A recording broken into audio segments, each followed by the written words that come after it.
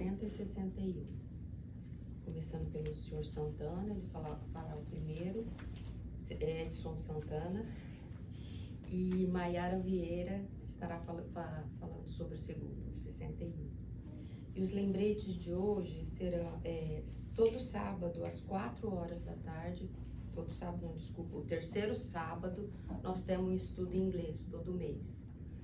E a última sexta-feira do mês também nós temos estudo em espanhol às 7 horas, tá? Todos estão convidados, sábados e sexta.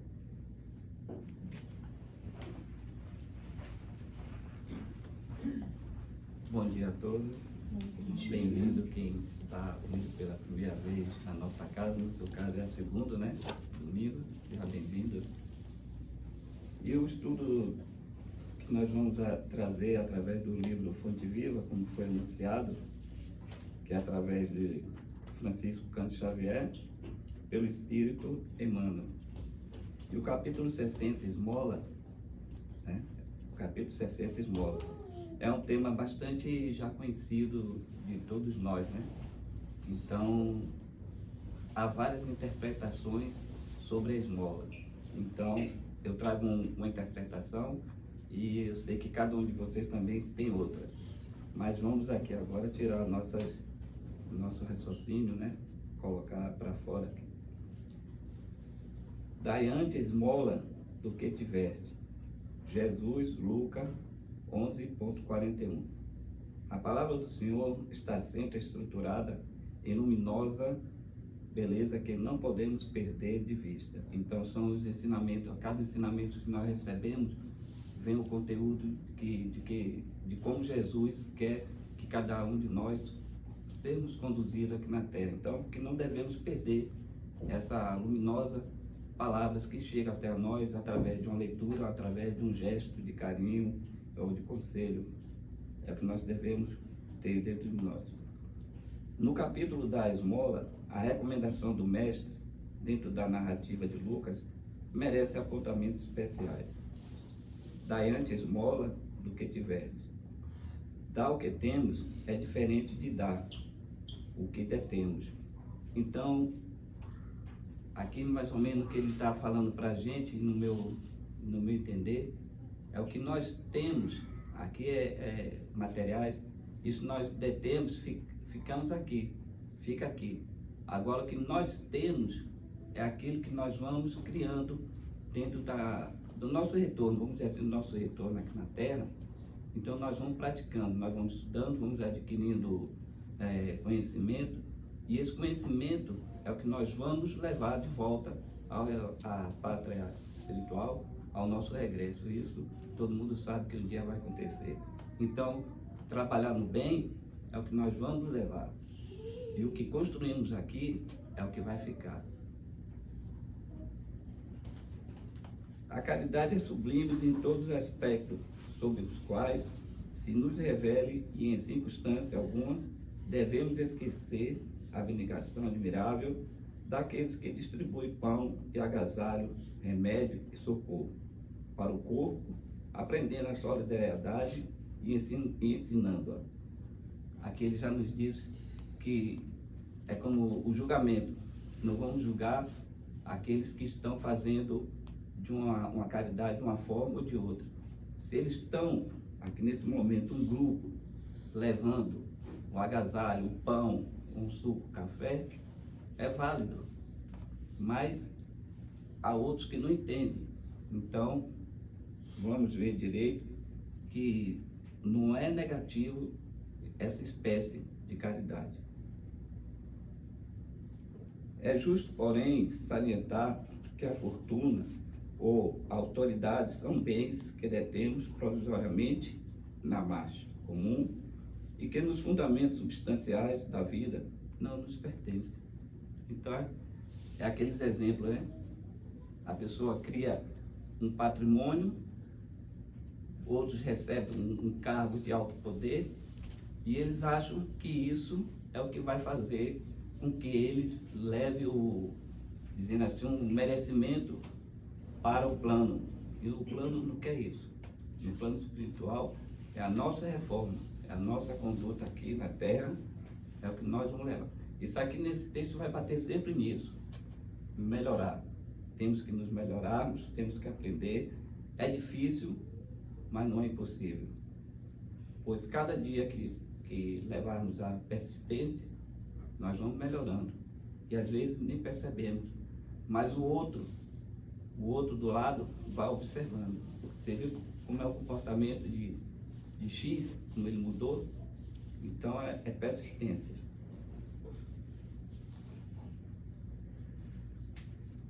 E sobre a autoridade, tem uns que quando pega uma posição, esse é um exemplo muito básico, ele esquece de que quando ele chegou naquele posto, atrás dele teve outros que deram auxílio a ele, deram a sustentação. Então, é nessa parte que tem que trabalhar, sermos iguais.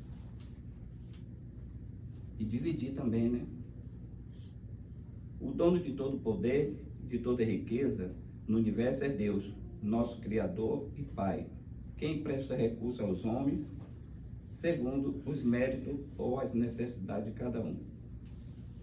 Então muitos se queixam, às vezes, porque fulano construiu um patrimônio e ele não. Mas ele vai dar uma olhada lá para trás, se ele praticou, se ele construiu o que ele merecia. Se o outro está tendo todos aqueles patrimônios, está tendo progresso na vida, é feliz, é porque ele construiu, trabalhou no bem e assim vem os merecimentos. Então é a oportunidade de cada um de nós seguir esse exemplo. Nós vendemos assim as doações de nossa esfera íntima e perguntemos a nós mesmos: o que temos de nós próprios para dar? É tudo aquilo que não está falando. Se eu estou praticando bem, eu tenho que passar para o próximo, eu tenho que doar o bem para o outro, ensinar ao outro. Não é ensinar, é um outro termo, né? Mas que o outro tenha olhos de ver que ele também pode chegar nessa situação, nessa caminhada. Que espécie de emoção estamos comunicando aos outros? Que reações provocamos no próximo? Às vezes, procuramos sempre mostrar um caso. Por exemplo, nós chegamos em uma casa espírita ou em outra religião, de um comportamento X. E depois, com o tempo, ou vamos dizer assim, chegamos em zigue-zague. E com o tempo, aquele zigue-zague vai fazendo aquela linha horizontal. Então, aí é um gráfico que vai mostrando de como a pessoa vai se modificando para o melhor. E, às vezes, é a reação que transmitimos para o outro. Que distribuímos com os nossos companheiros a luta diária. Mais ou menos que já foi dito, né? Qual é o estoque de nossos sentimentos? Temos tantas coisas para oferecer ao outro e terminamos, às vezes, até esquecendo. Seguramos mais para nós mesmos do que compartilhar. Então, o que tem que ser distribuído é o que nós adquirimos. Adquirimos grátis, temos que passar grátis. Que tipo de vibrações espalhamos? Temos que passar as vibrações positivas e não aquelas vibrações negativas. Não adianta chegar num local, você ter um padrão de vibração mostrando que é X, B, e quando depois que sai dali, completamente diferente. Para difundir a bondade, ninguém precisa cultivar riso estridente ou sorrisos baratos, mas para não darmos pedra de indiferença aos corações famintos de pão da fraternidade, é indispensável ameliar em nosso espírito as reservas da boa compreensão, emitindo o tesouro de amizade e entendimento que o Mestre nos confiou em serviço ao bem de quantos nos odeiam, perto ou longe. É tudo isso. Se nós temos esse tesouro de amizade, é o nosso comportamento que temos que ter diante de uma nação. É indispensável que o nosso espírito tenha boa compreensão para que, no momento oportuno, ele possa contribuir com aqueles que estão com seus corações famintos. Mas o faminto que ele fala de pão não é toda hora você chegar e toma um pedaço de pão, toma um prato. É conversar, é levar palavras que possa tirar, às vezes, uma pessoa que está num determinado túnel, ele se vê num túnel sem esperança. Então essa é a oportunidade que cada um de nós temos, de chegar nesse momento e levar o pão. Para mim é isso, são também as palavras confortadoras. É sempre reduzida a caridade que alimenta o estômago, mas que não esquece a ofensa, que não se dispõe a servir diretamente ou que não acende a luz para a ignorância. O aviso do instrutor divino nas anotações de Lucas significa: dai esmola de vossa vida íntima, ajudai por vós mesmos, espalhai alegria e bom ânimo, oportunidade de crescimento e elevação com o vosso semelhante. Sede irmão, dedicado ao próximo, porque em verdade o amor que se irradia em penso de felicidade e trabalho, paz e confiança, é sempre a dádiva maior de todas. Esse final aqui, o Emmanuel já nos deu todo o resumo do início da mensagem. É aquela situação: vamos trabalhar, vamos olhar o próximo sem desigualdade, vamos ajudar. Mas aí fica aquele parâmetro, né? Quer dizer, como é que eu vou ajudar se o fulano ele não quer? Ele não está mandando que nós chegamos para chegar perto dele e convencer ele a sair daquela situação, ou sei lá o que for que estiver acontecendo. Você ora. Se você olhar para uma pessoa, você sentiu que deve dar um sorriso, claro, como ele está dizendo, não precisa abrir os dentes, mas dá. Quem não recebe um sorriso, às vezes você entra no mercado, a pessoa passa e você vê a fisionomia da pessoa. Aquilo é muito importante na hora que, às vezes, você se encontra com uma pessoa e não sabe o que ela está passando. Então, são esse resumo que o Emmanuel faz, para que possamos espalhar alegria e bom ânimo. É um crescimento de elevação para o próximo e para nós mesmos. E sermos mais dedicados ao próximo. Às vezes deixamos a oportunidade de uma melhora nossa, né? É quando alguém se aproxima e essa pessoa, ela quer se desabafar ou apenas quer sentar ao seu lado, quer ouvir alguma coisa, mas às vezes está fechado. E às vezes está fechado e a pessoa que está ao lado percebe, mas também não abre, não coloca aquela chavezinha para ver o que é que pode auxiliar naquele momento. Então é trabalhar. No Espiritismo diz, vamos trabalhar, mas o trabalhar não é o braçal, colocar nossas emoções, os nossos sentimentos, é auxílio. O Espiritismo é auxílio, auxiliar, sempre auxiliar. E no livro dos Espíritos, na pergunta 888, quando eu estava estudando, sempre vi essa pergunta. Eu disse, então eu tenho que levar também. Aí ele faz aqui a pergunta: que pensar da esmola? O homem reduzido a pedir esmola se degrada moral e fisicamente. Então é muito constrangedor quando uma pessoa está sentada no local ou chega próximo para pedir, como é que ele se encontra moralmente, fisicamente. E às vezes é julgado, sempre é julgado.